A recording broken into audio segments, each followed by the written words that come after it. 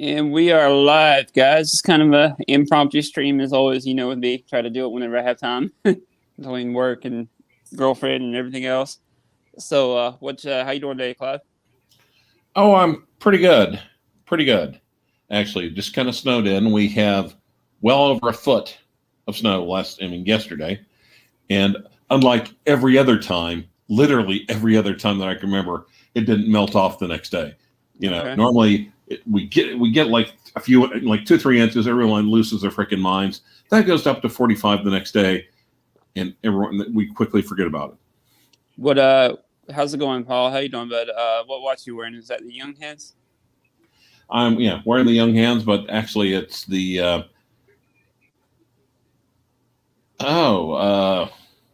jeez, not the Booster.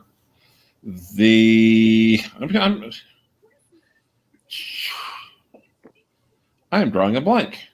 I actually put it up for a second. How's it going, Nate? How you doing, bud? Yeah, Sky Chief. Okay. Nice. I'm of course wearing the album. This is my avatar. Right. So, yeah. But today's topic, like I said, I guess we kind of talked about it a little bit before we went live. But kind of the pluses and minuses of YouTube, like it pertaining to the watch world in general. Okay. Boy. Or the watch community in general.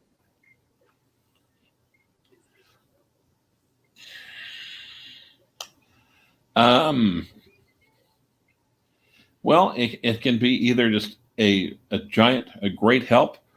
It can be a boon or a bane to the watch community, depending on a whole lot of factors. Watch your use, for instance. Yeah. And I'm still I'm still going off in playing with razors right now. Okay. Running around that house playing with razors. But I'm also say as long as you're not running with them, right? Right. But in some of the reviews are incredibly helpful. Some of them are woefully ignorant and unlearned, and some it's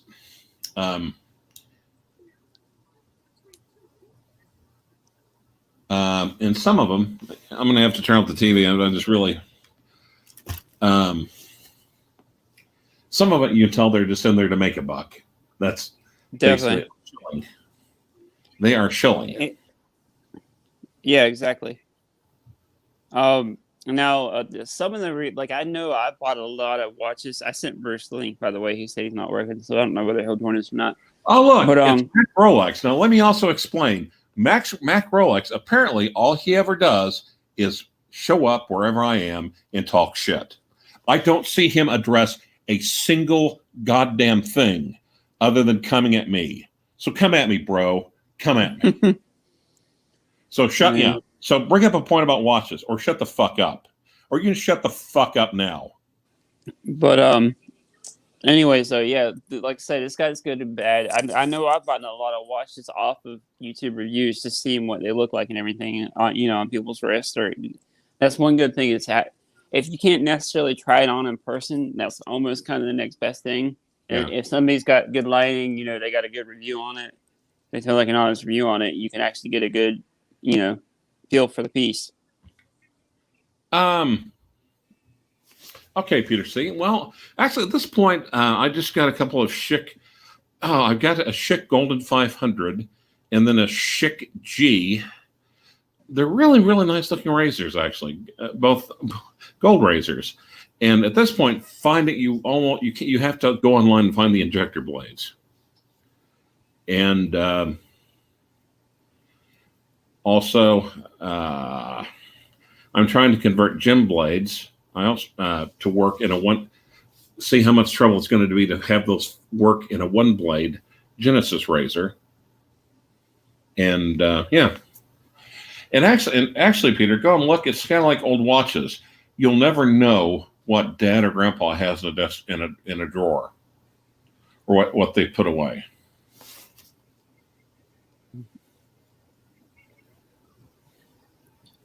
Nice. But yeah, like I was saying though, YouTube, like some of the other places, like I know there are other YouTubers which I won't mention. We know who I'm talking about. That some people like or dislike, but you got to admit some of them have been really good for the hobby, like helping grow the hobby. I feel like. Yeah. Well, and like I said,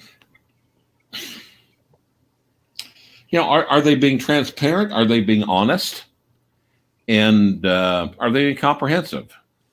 And I feel like overall, the YouTube audience, most of about 90%, 95% of the YouTubers, especially the watch YouTube audience, it's a smart audience, and they can kind of get when somebody's showing something, or they can kind of get when somebody's being honest or not in a review. Like I said, 90, 95%. I don't know. There is that 5%. Oh, come on. How many subscribers does TGV have? Come on. Mm-hmm. I mean, God. I mean, I looked at number. Okay, there's two directions when you first go on YouTube. When you start looking up watches on YouTube, if you come into it without knowing anything about it, and it's the big branch for me. The big do you go to the left and go TGV, or you go to the right? Do you go to the right and do RT Luxury? Mm. And it's both got its pluses and minuses. Just like one covers pretty much every end of the spectrum, and then the other one only just talks literally about Rolex and Patek. Yeah. Now, Danger Will Robinson. Okay, what I don't understand what Will Robinson's asking as well. Real or fake, Clyve? I mean, racers or what? Mm. Well, and the thing is, though, here's the thing. If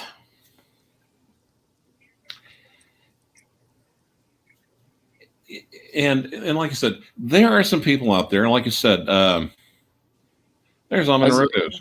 How's it going, man? Yeah. But go ahead, Clyve. Sorry, what were you saying? Oh, TGV's numbers. See, I don't know. He's been on long enough that I feel like he could be that large, but then again, it's like when you look at his view ratio to like how many people actually watch his videos, it's a little off to me. Well, on the other hand, when you cover more common watches or easily more affordable watches, there might be more people looking at those. So that can kind of make sense. Mm-hmm. On the other hand, there are some people I look at and I just, it's literally the hair goes up on the back of my neck and it's just my bullshit sensor. It's just like exactly. Yeah. Yeah. Believe it or not, my most viewed video is, of course, my numbers are realistic. I know my numbers or subscribers. I've been on it for like a year and a half now, 2 years. I'm just now hitting 1,200. But my most viewed video is that little Casio Oedipus, 16,000 views. Oh, that's crazy. It is. Well, and it could. Will Robinson, it could, maybe he's that large because he's spurking crap, because there's that many people looking to get a Casio or a Squale. Mm. I love that. Sorry. Have you ever seen that Something Fishy? You have? Yeah, I still. No. Oh my God. You got to look that up. That is one of the single funniest things. And they are literally, they are basically drawing a bead on TGV with a double barrel shotgun and letting both and pulling both triggers. Oh my God, that is the funniest thing. Yeah. And it's crazy. Like, yeah, and you go back. I've gone back and watched it a few times. Oh, and also, yeah. That's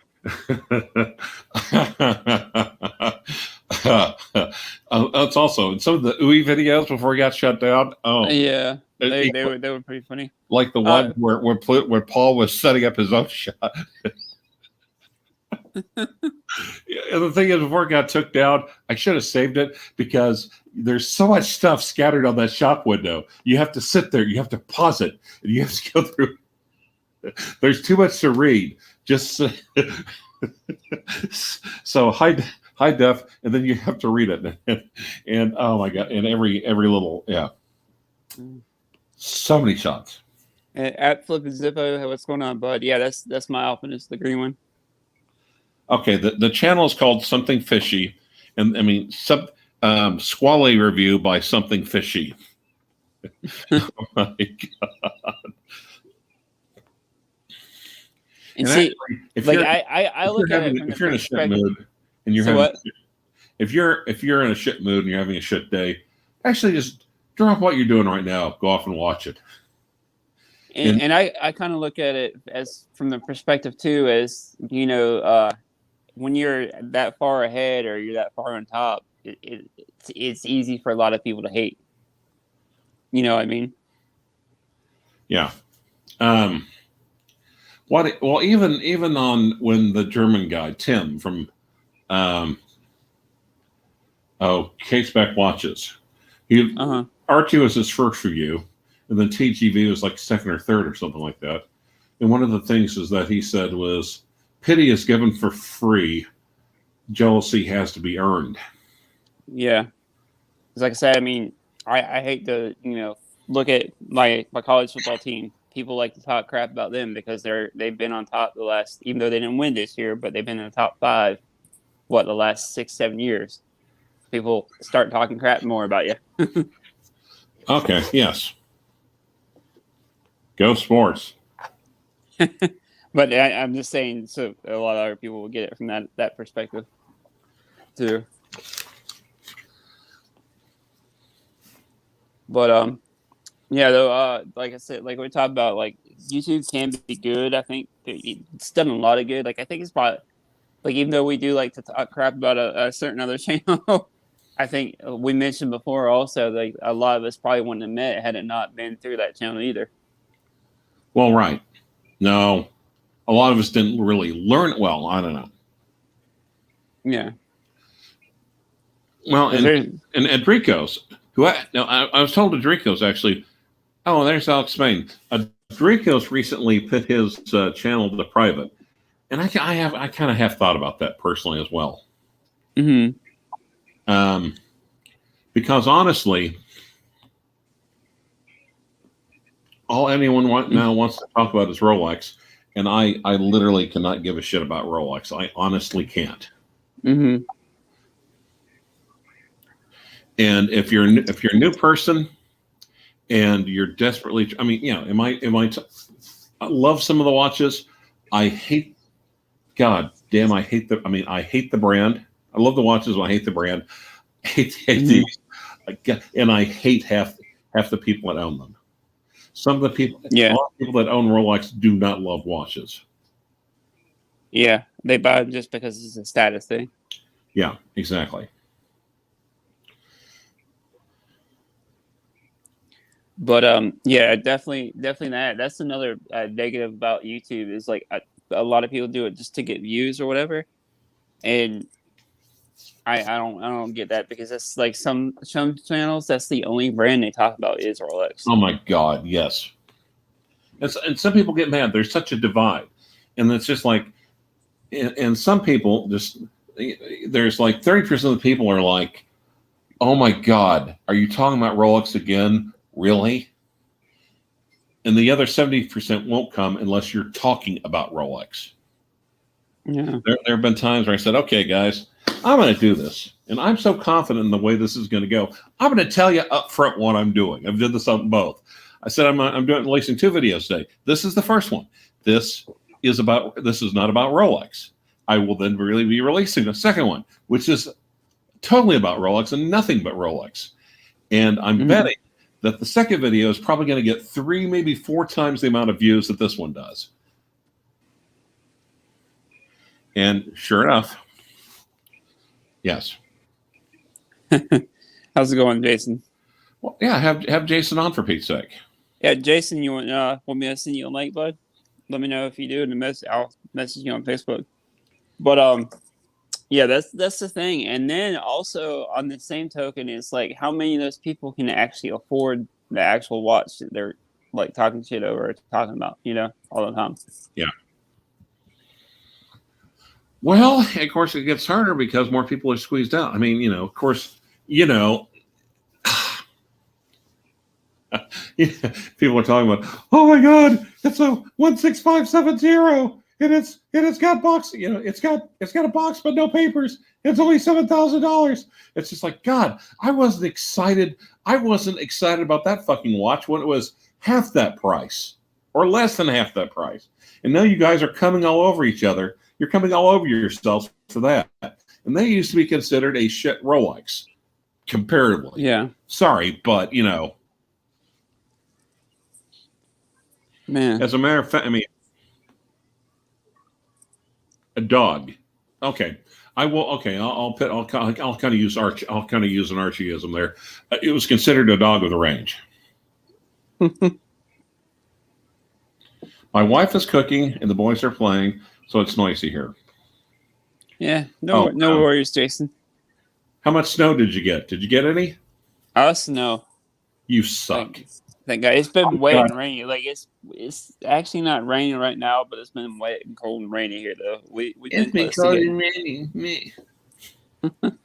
Literally, I went. I mean, it's like, oh God, I haven't taken out my trash in a few days because it's like literally, it's 2 degrees right now. I got you. And I was thinking, it's like, well, I'll take out the trash and then I'll take out the trash. I'll go start up the car. Probably not good for it to sit this long with it being this cold. And there are snow drifts on either side of my car. And I will have to dig it out to get to my car. I'm thinking, nah. I'm going to do a picture in my view. Me and the girlfriend got a oceanfront. So for the weekend, of course, it's been nasty out, but I'll send you, I'll show a picture if you could see it here. I'll send you one. Can you see that? Oh yeah. Yeah, it's not great out, but it's not bad. Oh yeah. Well, the ocean is the ocean. Yeah. So, and when you think about it, the ocean is pretty damn big. Yeah. I don't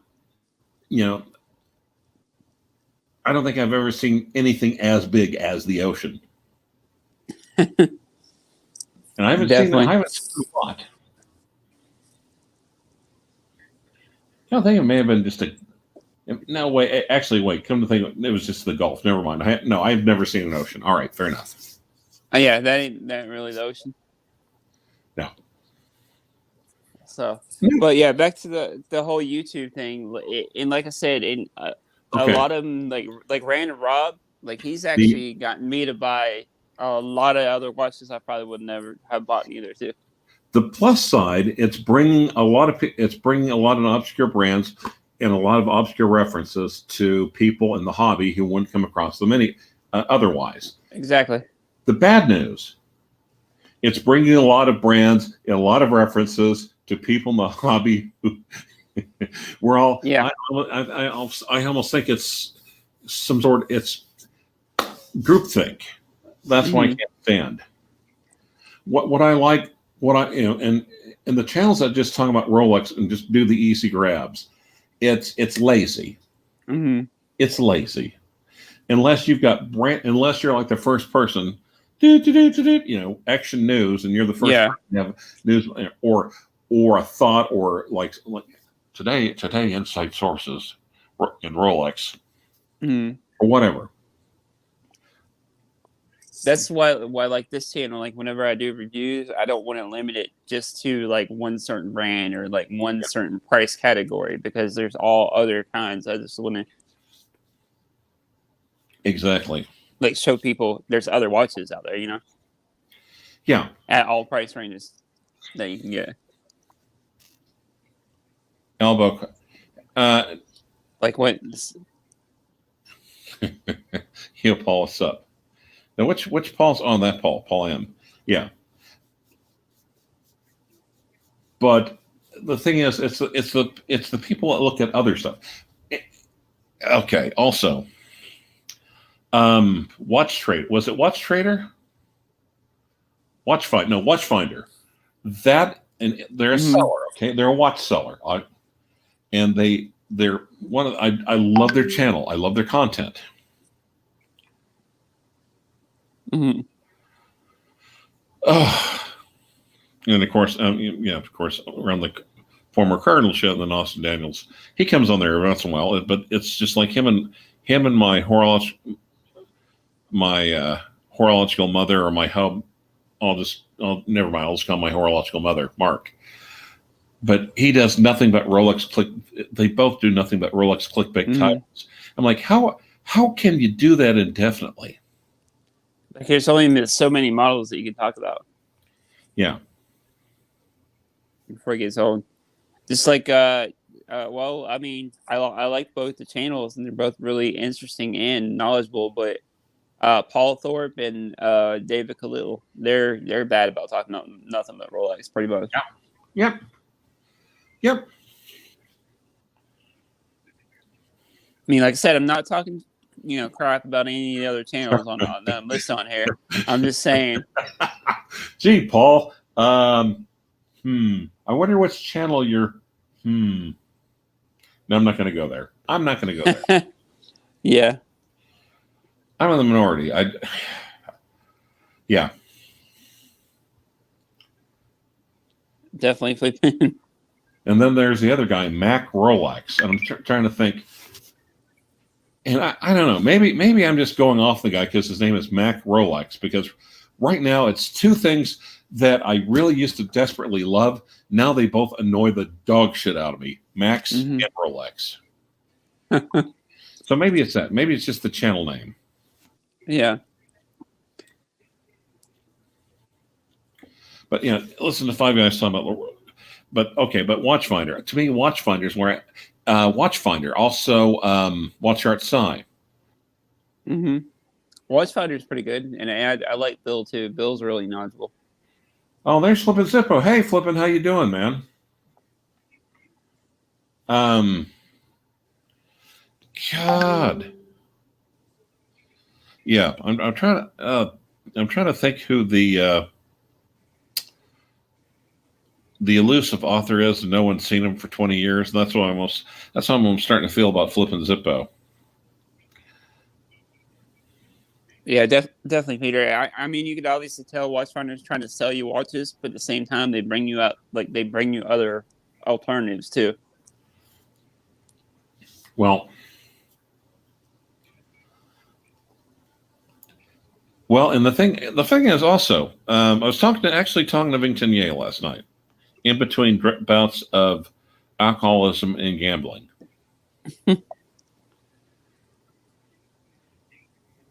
What did Ving have to say?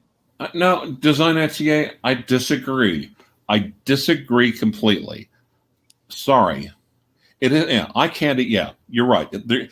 There is attractive photography that has a lot to do with it. I'm not going to lie. Also, by the way, just completely off topic, if you pull up something with really good photography, if you've got a 3D TV, like a high def one, and turn it on and put the glasses on, and when they show the dial views, it's amazing. But the guy has, of course, he has the nice little polite, classy, sophisticated British voice, but also he's also looking at brands or references we haven't been concentrating on, or we may have ignored entirely, and bringing up points that we may have missed. Mm-hmm. I mean, and one of it was talking about the Longines, the Longines A7. Early watch that.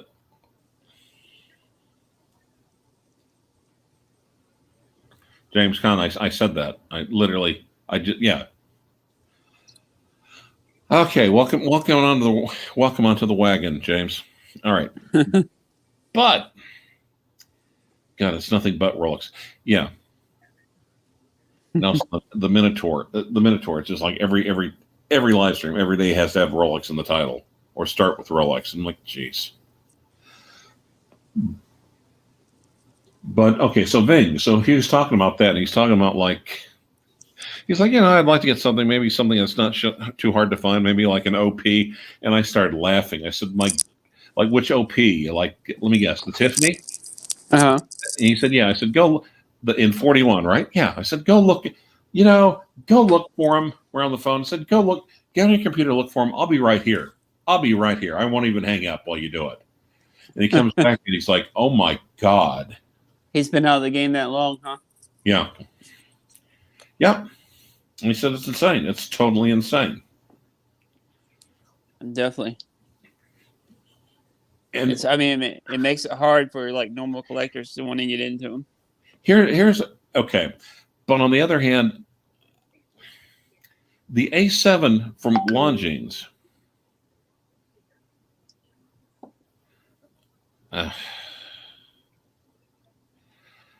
Yeah. Well,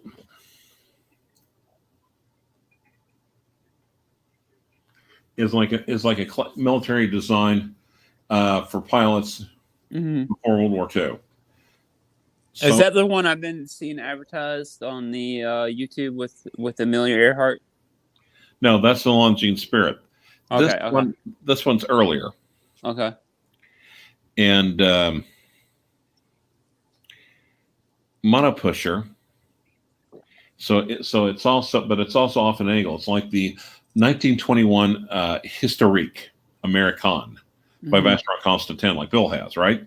Mm-hmm. So this one has it, but it's like 1935. So roughly contemporary, but Longines came up, looked at that, and did a design for the U.S. Army Air Force, or Air Corps, rather, sorry. What's up, Bobby? You want me to send you a link, bud, if you want to join in? But keep going, Clyve. Sorry. That's right. And I was looking at that one. It's just like, wow, that is, love that watch. And it's just like it was released for not $4,500 or $5,500. It's still $55. I'm like, what? It hasn't lost any. Longines only released 100 of them of the USA edition, which is a little bit smaller. It also doesn't have a superfluous date. It's more like the original one. But I was talking to Vincentia, but I said, to me, really the great value is in Longines. He said, man, I can't do it. It's just like. Well, Longines, like in a lot of other countries, it's a high-end brand here, but it's like a higher-end brand, like in a lot of other countries too, though. Well, and of course, he's wanting to. Okay. See, yeah. The Minotaur brought everyone's attention the fact. Hang on one. Keep talking. Sorry, I got company for a second. You got what? I don't. Hey, so HOA, they had went upstairs to check it out. They didn't find any leak or anything, but they said they know the floor was wet up there. So I made their floor, they overflow their tub or something like that. And then, and it came down. And it came down. Sorry. Or it leaked down. Yeah. So. Okay. So it shouldn't be a problem anymore. It's probably gonna have some residual still coming down, but okay. Other than that, it should be fine. All right. Thanks, bud. All right, well, appreciate it. Take care of your phone. So what? He's going to take care of your phone for you, or I'm going to do it when you check out. You say your phone wasn't working. Oh no! It was. Yeah, that's fine. When we check out, it's fine. All right. Appreciate it, bud. Flipping zip. Oh hell yeah! I totally. Yeah. Sorry, Clive. We had a leak here from the top, and that was maintenance. So. Well, leaks usually come from the top. They really don't come from the bottom, do they? No, we had a leak. Yeah. But So Flippin' Zero's asking, it's like 2,000 for a Black Bay Burgundy. I'm like, yeah, hell yeah. I think it's a great deal for that. I'm back, guys. But what were you talking about, Clive? Sorry. So I was talking about this. I was talking to Vincentia. I said, to me, the value, the fun is, Longines, especially the historical and their heritage lines. And Ving's like, I can't do Longines, man. He's like, but even he was, but even he was admitting that everyone used to say the same thing about Vacheron or about the overseas. Yeah.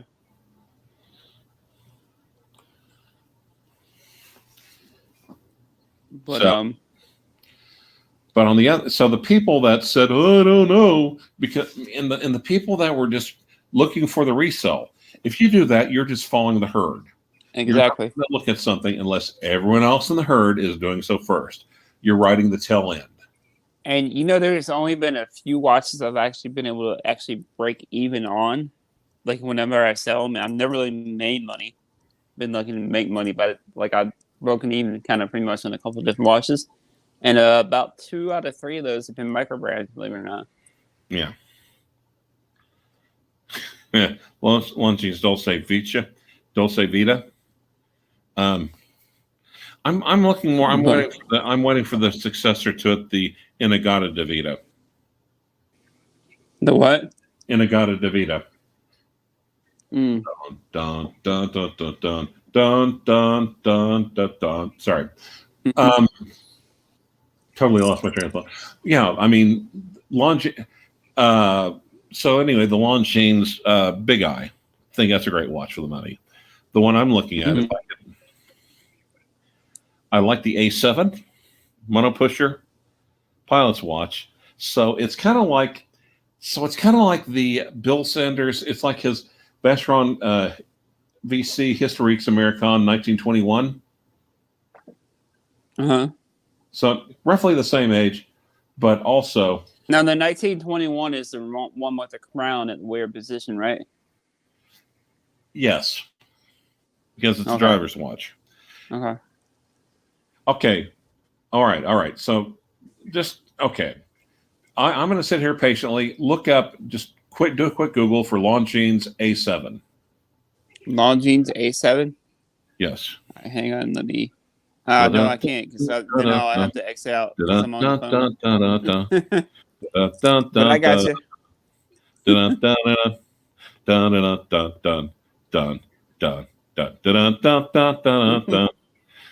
See, guys, I'm actually old enough to remember they used to have these things called interludes. Oh my god! But yeah, I get what you're saying though. Yes. I actually like their sector dial too. It kind of reminds me of the JLC. Yeah.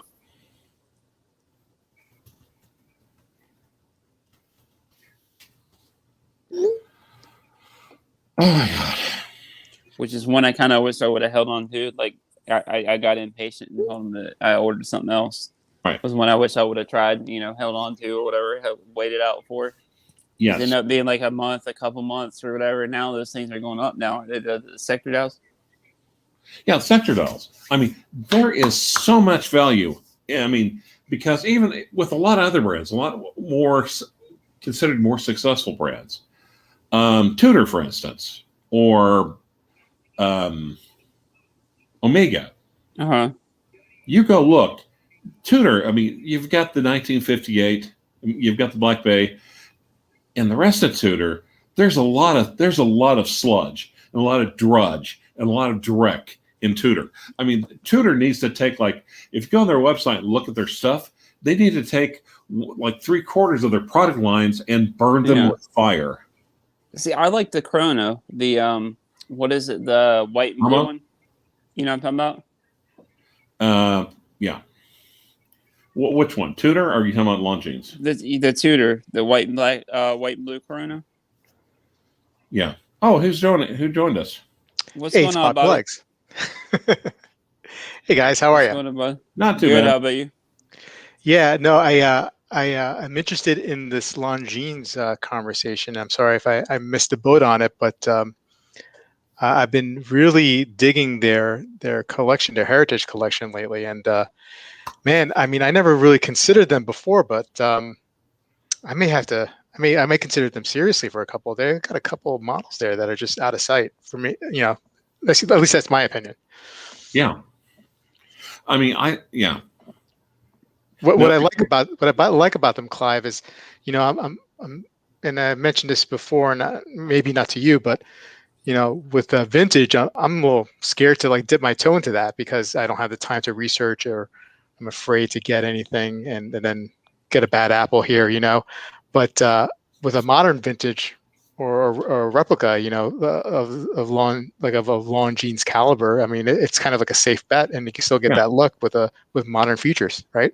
Well, yeah, and I understand because I had like the 806 I had like the original edition, but that thing was delicate. And personally, I think it was probably Frankenstein made by 2 or 3 different dials.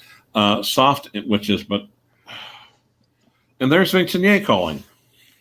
Huh. Hold on. I seen you had the misses on there last night, Bobby. Hey, Bing, I'm on the Watch Lounge channel. Anything you want to say? Everybody getting calls here. It's great. Chris has got a leak. The rancher's getting a call. I know, right? Live stream is live. What? To be, right? Soon I'll have a couple kids running All around right. here. I'll call you right back. But yeah, No, he was going to say something, but of course, Chris was talking over him. So oh, sorry. That's all right. Get your fucking get a computer, man. Okay, but and again, Watchfinder. Have you ever looked up the A7? I looked that up. And I'm like, wow, holy shit! I've never heard of that before. Why have I never heard of? Oh yeah, right. I just remember where I came from. Never mind. I totally understand why I never heard of that before. Man, it's because I came into the hobby through the Archieverse. And if it's not Rolex or Patek Philippe or a Audemars Piguet Royal Oak, then you don't even. It's not even worth. You don't even look at it. You don't examine it. Well, Chris, if you want to share my screen, I could pull up that A7. I have it ready. So yeah, let me see here. Go ahead. There you go. Gotcha. Yeah, this is the one you're talking about, right, Clyve? Yep. The A7. Yeah, this is a beautiful watch. Thank you. Yeah, it's a good looking watch. Probably could wait till it hits the pre-owned market to get maybe a little bit more of a price drop on that. What movement is it? Well, they're ETA, so they're part of Swatch, so I'm assuming it has an ETA in it. Yeah. Let's see if it says here movement and functions. Well, they're calling it a 788 L788, but I'm sure if we go to watch base or watch base, yeah, and then we type in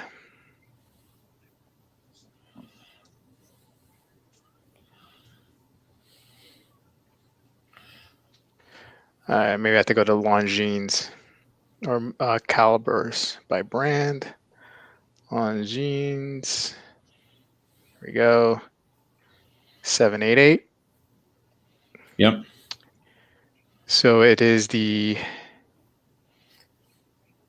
ETA A088 A08.L11. 27 joule. So it's an ETA movement. I'm not sure. Yeah.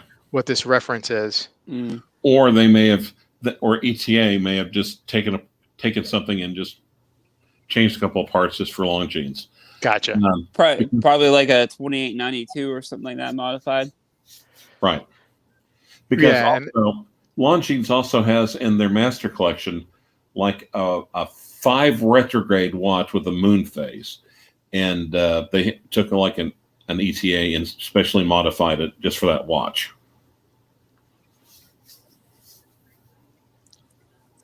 Longines has a rectangular watch.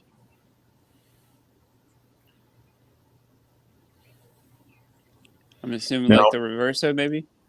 Now the A7 also has the 1935 USA only edition, and for 45, it's like 4,500. You can't. It doesn't drop below $4,500 because they only made 100 pieces. It doesn't have the date over at 6. I'm thinking, do I really need that date at 6?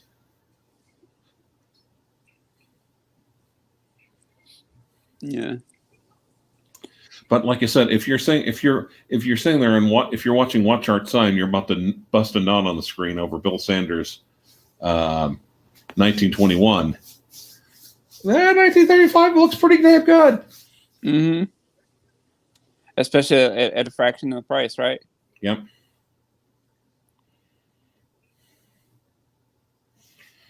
And of course, that makes me think of my Zenith from 1917.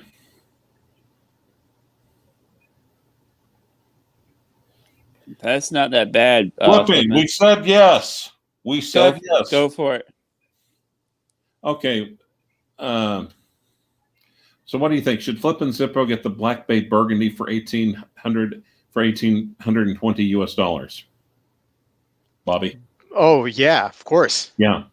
I mean, Definitely. if it's in Yes. good condition, are we talking the ETA version too, or the new or the manufactured movement? Either way, it's still a good deal. Either way, I Yeah. think it's a good price. Yeah. Yeah, either day, it's a great price. Yeah. If Yeah. it's a- And the thing is, this is what gets me mad.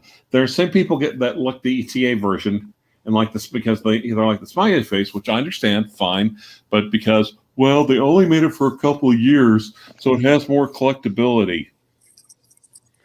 And when you hear a statement like that, it makes me want to pull my fucking hair out. The Etta Rose was actually my first serious watch. The Etta Rose Black. You remember that one, Clyve? Yeah. Well, it's also a little bit thinner too than the manufactured movement, right? It's maybe almost 2 millimeters thinner. Yeah. So it's definitely got some upside to it. I mean, I guess when you phrase it like, oh, because of collectability, that's where I get put off as well. But because it was, part of the rebirth of Tudor in the 2010s, and then you have a presumably easily serviceable watch, thinner than the modern version or the current version, and then a stylistic differences of the smiley face and the rose. To me, it's much more appealing. Those are the reasons why it's much more appealing. Yes. I mean, I don't care about the new 70-hour power reserve No. for the movement. You know what I mean? Like that doesn't really do anything for me. I don't mind winding my watches. It's not a problem. Okay, but does it do nothing for you, or does it do less than nothing for you? It does nothing for me. I'll just say it does nothing for me. I don't know if you could do less than nothing, but it does nothing. Yeah, $1,800 either way, $1,800 for either one is a no-brainer. Well, and like I said, one of the younger DAs back, he snatched up a Seamaster ceramic bezel, but it was prior generation for under $2,000, and I thought that was I still get that watch. I thought, man, every time I see that watch, I want to say, Pete, you suck.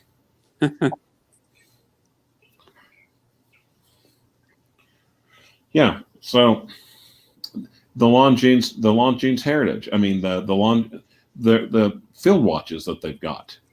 Longines, I like those. Definitely, I'd say Flippin should definitely buy it. You guys both concur? Yeah.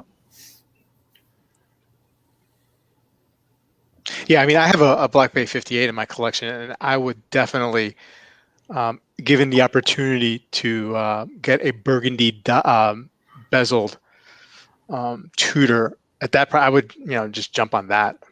Yeah. Definitely. I mean, to me, it's a completely different watch than the 58. Yeah, definitely. So they both can work in my collection. And man, I mean, if in the next year or two, if Tudor comes out with a Black Bay 58 with a burgundy dial, a burgundy bezel, man, that would be hard for me to pass up, because I just love that look, that combination with the gilt hands and the burgundy bezel. Now, quick question, Bobby. What made you want to sell the blue one you had? Because you had the black? Well, a couple of reasons. I really did like the blue. Don't get me wrong. Yeah, I had the black. I'm like, okay, well, I thought for a long time I could have both in my collection because they did feel differently. But And at that moment in time, that's when I had it in my mind that I wanted a Datejust. So I was selling off watches, to raise money for that. So that was an easy one for me to part with, because I had the original, and nothing was going to beat the original 58 in my opinion.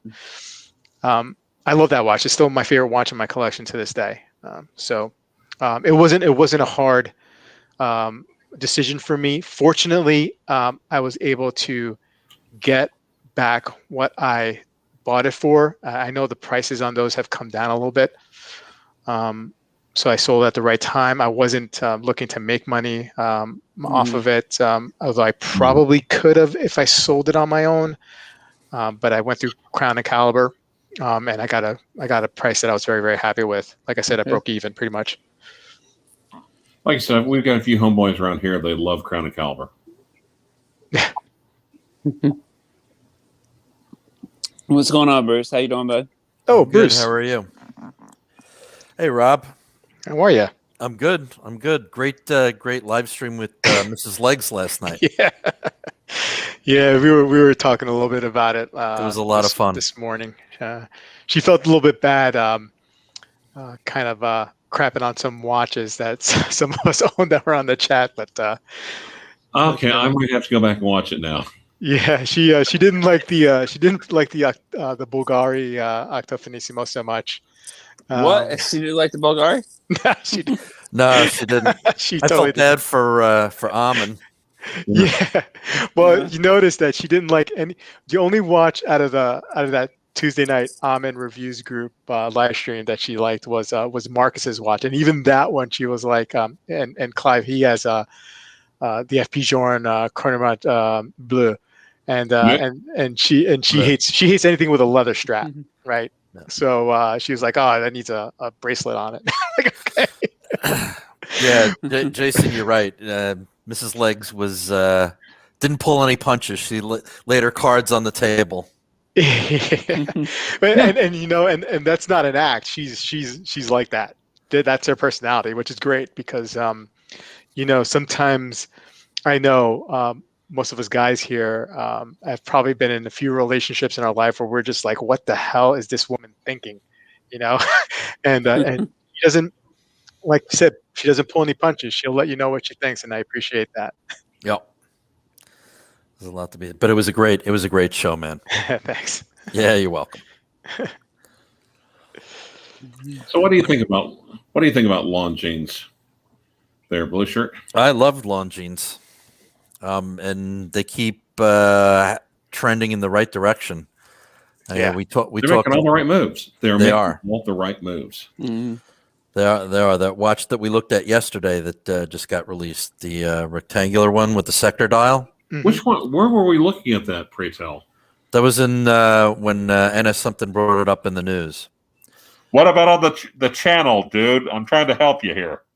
Oh, watch Talk with the Punches. Thank you. Guys, if you haven't gone over and subscribed, go over and check them out. You guys on every Sunday, right? Sunday at 2 p.m. Eastern.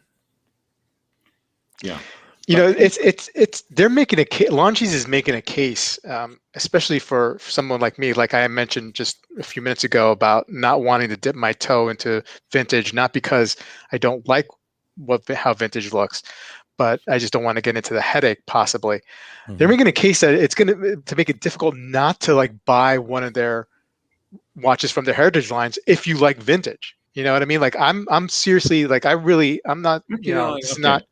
This is not talk. Chris, hit me up center square. Hit me in the middle. Let me see here. What are you, Paul Lynn? Yes. I kind of am. I'm kind of like the heterosexual Paul Lynn. Now that I think about it. Okay, now how can you say you don't love the style? Don't you wish your chrono was hot like me? I mean, seriously, how can you look at this and then doubt the power of vintage? No, I don't doubt the power of vintage. Compels you. I doubt the power of me selecting the right vintage watch, and that. And let me rephrase that. Okay, whoa! What do you mean by the right? No. Let me rephrase that. I realize I said that incorrectly.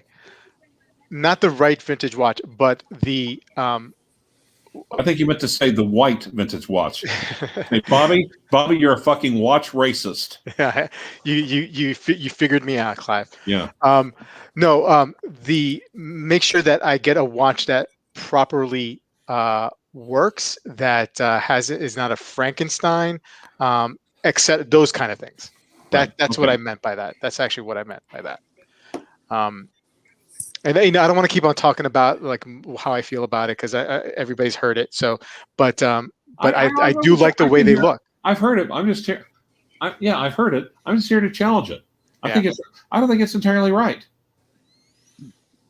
Number one, if you're going to look at that, the first thing you do is you find someone who can work on them locally. Mm-hmm. If you can't find anyone, then then probably don't go into vintage. Yeah. Well, I mean, where I live, there's nobody locally that can do that. I mean, everybody would have to be like a 45-minute drive, half hour, 45-minute drive. And then Bobby should have. Yeah. Right. I mean, look, it is all on me. Like, I just don't want to do the work. That's what it comes down to. So it's nothing wrong with vintage watches. Fair enough. I just don't want to do the work. Fair enough. Okay. All right.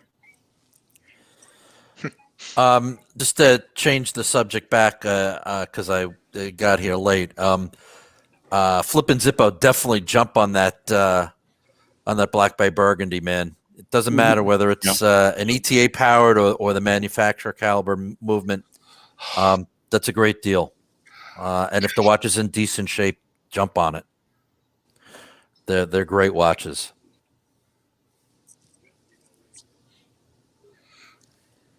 Definitely. Yeah.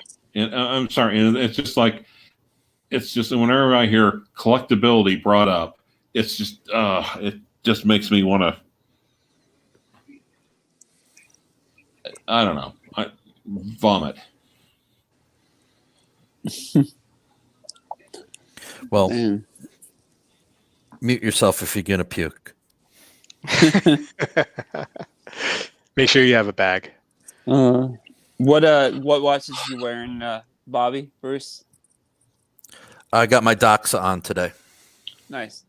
Yeah. Nice. I love it. Right now, because I'm reviewing it, a subscriber has sent in. I'm wearing the Stova Pro Diver, which, until recently I had no idea that Stova made divers. Yeah, but apparently they've been making divers since the 60s. They remind me of the Aqua Timer from IWC. Yeah. So that tells you how much I don't know about things. So. Sorry, I'm just looking at the little sidebar comments. All right. But I think if we were to go online, if we were to look at Longines' entire product line, I think you would find that there's probably less cruft, less undesirable references in product lines than there are for a lot of other watches.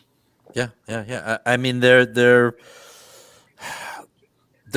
headed in the right direction. They're gaining steam, and they're going back into their archives, and they're pulling out classics and modernizing them. They're not direct copies. They're enlarged for modern times. They have new movements in them, but all the classical elements are there in many of the watches. And I, from the vintage military ones to the one that we saw yesterday with the sector dial, they're doing everything right. Okay. Does anyone remember the young ones? Yes. Okay. Hit that. Okay. Chris, put that last comment back up. Yes, we've got a video. Thomas, what's up, man? Oh. Good to see you, my friend. What's going on, Thomas? But definitely rented a video because they wanted to see a video nasty. Sorry, go ahead. Oh, you good?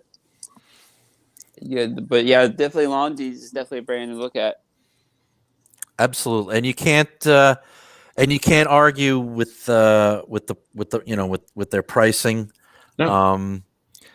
And we've said this numerous times on this channel, on other channels.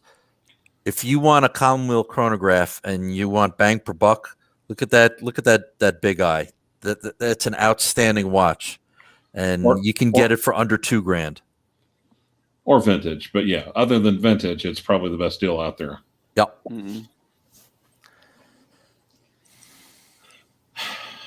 And that's actually, that's it's a pretty decent size for a Commonweal chronograph with a that's an automatic with a rotor on it. So correct. It's not oversized. It's good looking, and it's got all the vintage elements to it, and it's just it's an outstanding bang per buck watch. Mm-hmm. Not everybody's a chronograph guy. Right. But like I said, they'll even bring up stuff that I haven't seen before after all this time. Like I said, I can't even watch. I shouldn't watch Watchfinder anymore because I watch one of their videos and I start pulling the wall out, eyeing through it. It's like, shit.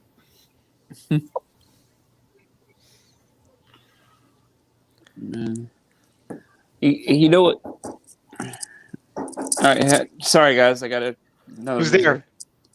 Come on in, join the party. Go ahead. We'll join our live stream. Hey, hell yeah. Here you go, buddy. Appreciate it, bud. It's all right. You can pop out, Chris. It's nothing that we haven't Sorry, dealt with I only before. took a second. Great Gambino, what's up, man? Good to see Okay, you. guys, super chat $50 and blue shirt will shave his head. No. He's like, no. By the way, speaking of James, Bobby, did James get a hold of you on the Seiko? Yes. I have to get back to him. Mm-hmm. I'll get back to you, James. He sent it to me, and I'll send it to you next if you want. Yeah, you could do that. You could do that. Nice. So. Well, yeah. Underachieving Watchfinder kills my wall. Same thing. But that's one of my favorite. Yeah. On the other hand, okay, now I realize what you're laughing at.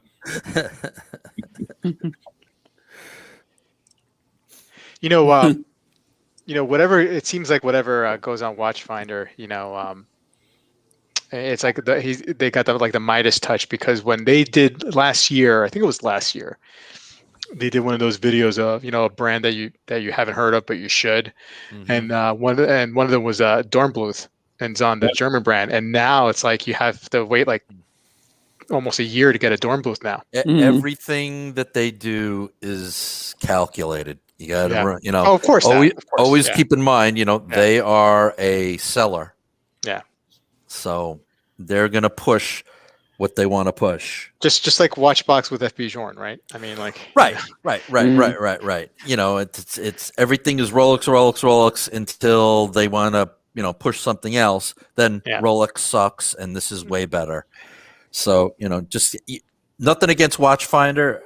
Their videos are amazing. The macro photography they have, outstanding. And I'm sure they're a fine company, but they're just Europe's version of Watchbox or Crown and Caliber. I wonder if I can get them to photograph my dick.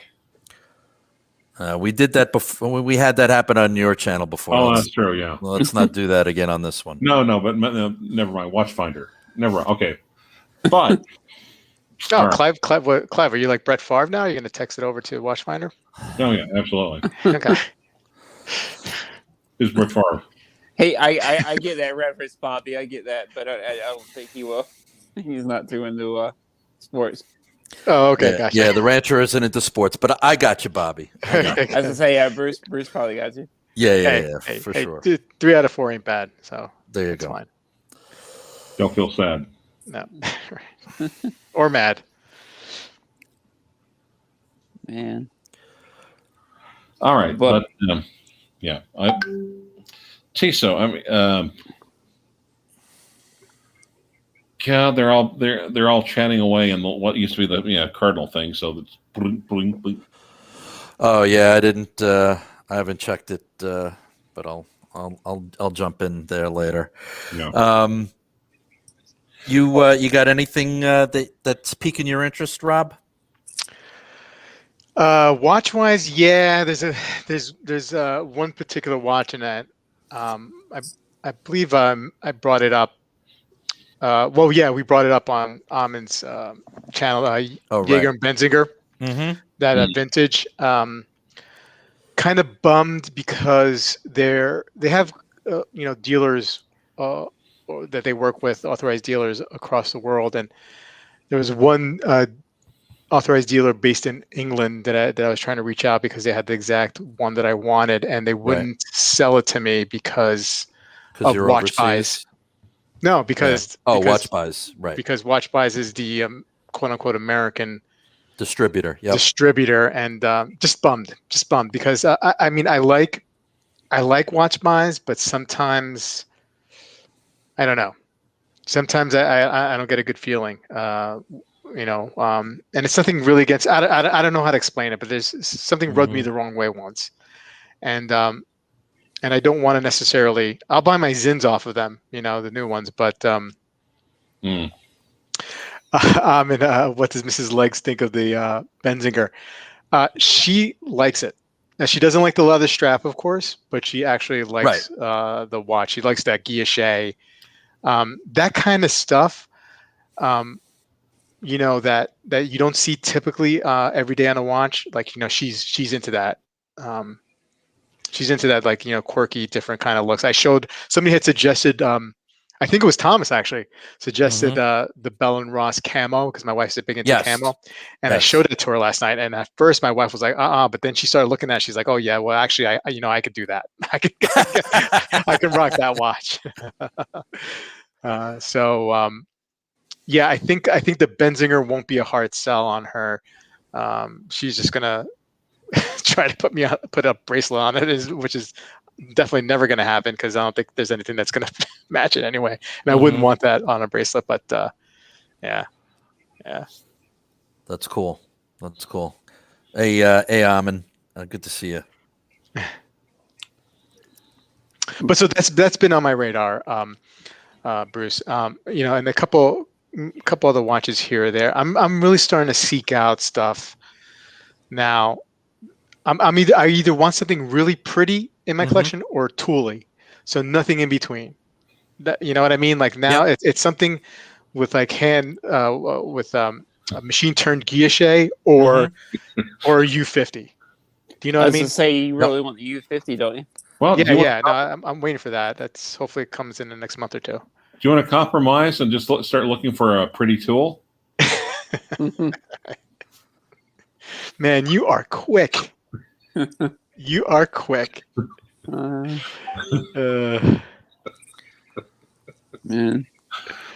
Oh. But yeah, like I said, I know you really like the U50. That's on my radar too. Well, yeah, I can't wait to get that watch in. I think I'm so excited. I can't wait to compare it, even though it's not like an apples and apples comparison per se, but with my Black Bay, because it's just a feeling I had. I really loved the 58 before I got it. I knew I was going to like it, so I had that feeling inside, and I had that same feeling about the U50. And usually, when I have that strong of a feeling, it usually is the right feeling. It's the correct feeling. Like when I get it, I'm not disappointed. I'm only disappointed when I don't know how I'm going to feel about something, and then I order it, right?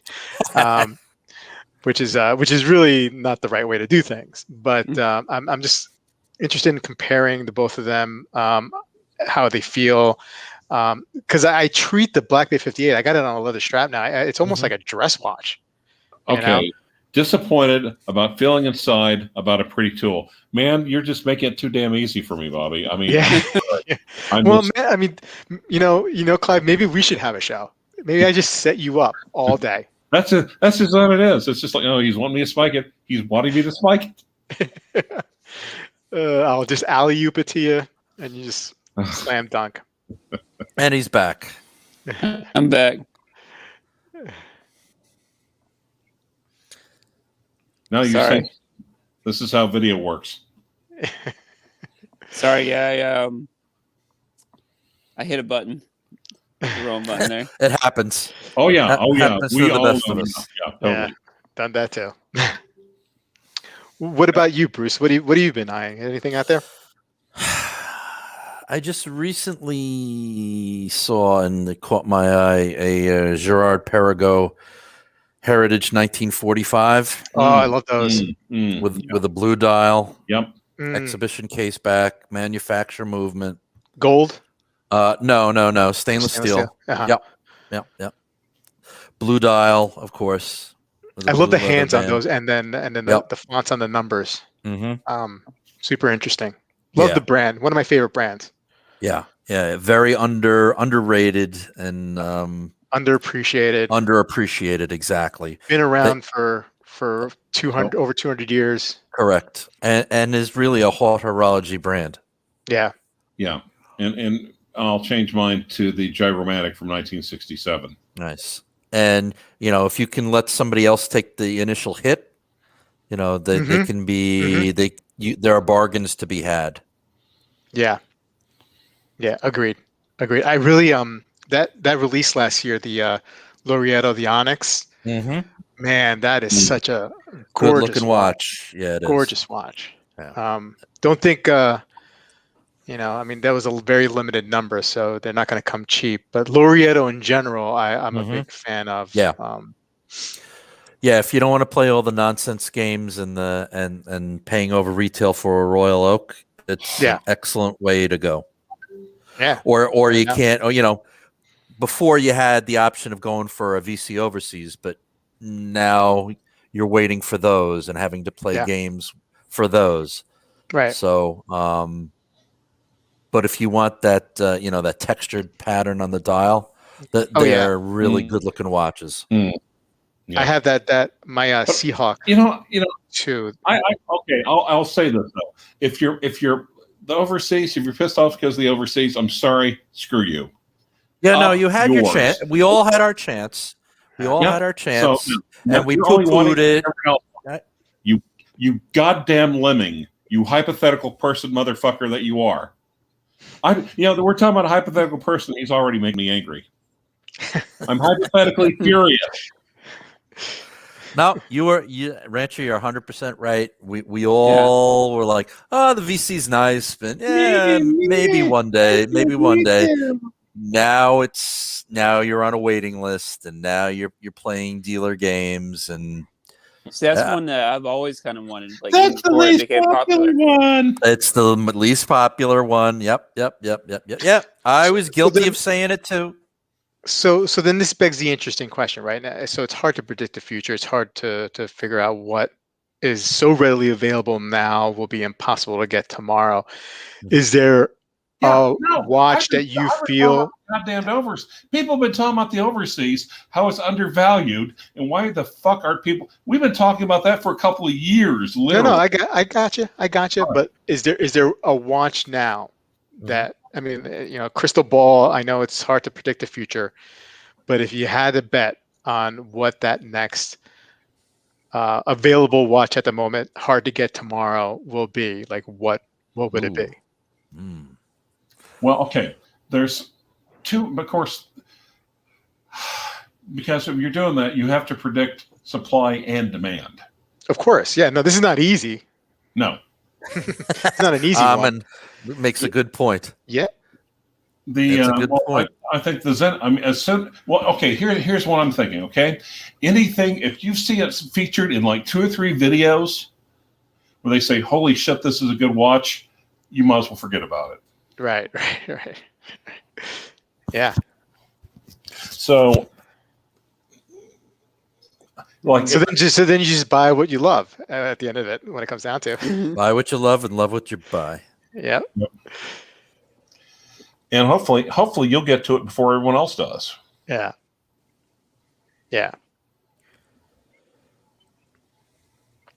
That's how I felt about the Dornbluth, and then now it's like a 10-month waiting list, and that's on me. Yep. Except for not totally. I mean, the only thing that was holding me back was I tried on the 42 with the 52 lug to lug, and it just didn't. It was just too big. But they Right. did come out with a 40, Mm-hmm. and that's a little bit pricier and a little bit more expensive, and still a wait to get. And that's okay. That's fine. But I mean, I feel like that Benzinger, has that potential, especially since quote unquote only 40 have been made. Right. Now, underachieving So- watch collector, underachieving what model of Rolex? What date just do you have? Because I kind of think mine is blingier.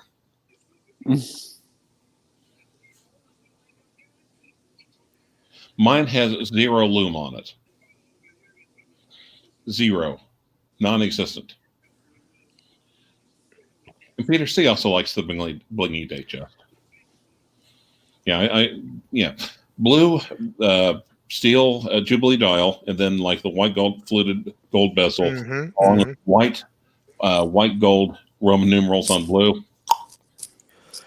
Yeah, it's schmicko. Okay. Underachieving. Okay. Well, mine, like I said, mine is you've got the blue indices, but I've got the blue. Look. Yeah. I'm not saying yours is not blingy, but mine's a little blingier because half your bling is taken up by lume.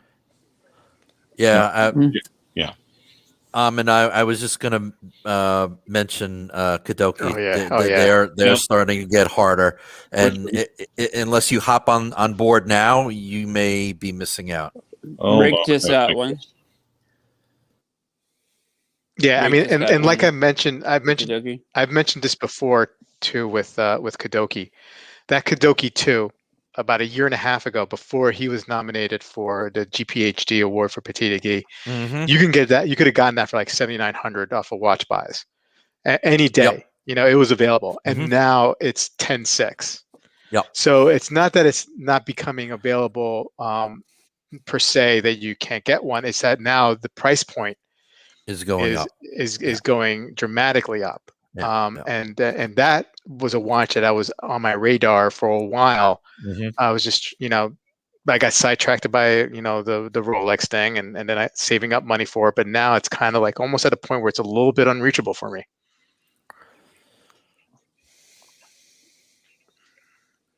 RGMs are great. I love RGM. But a little pricey too. Flippin' always loves the smooth bezel, Jubilee, and the rhodium dial. That's a unique combination.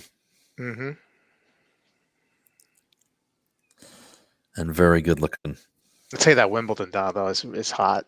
That's a hot That's a hot looking watch. I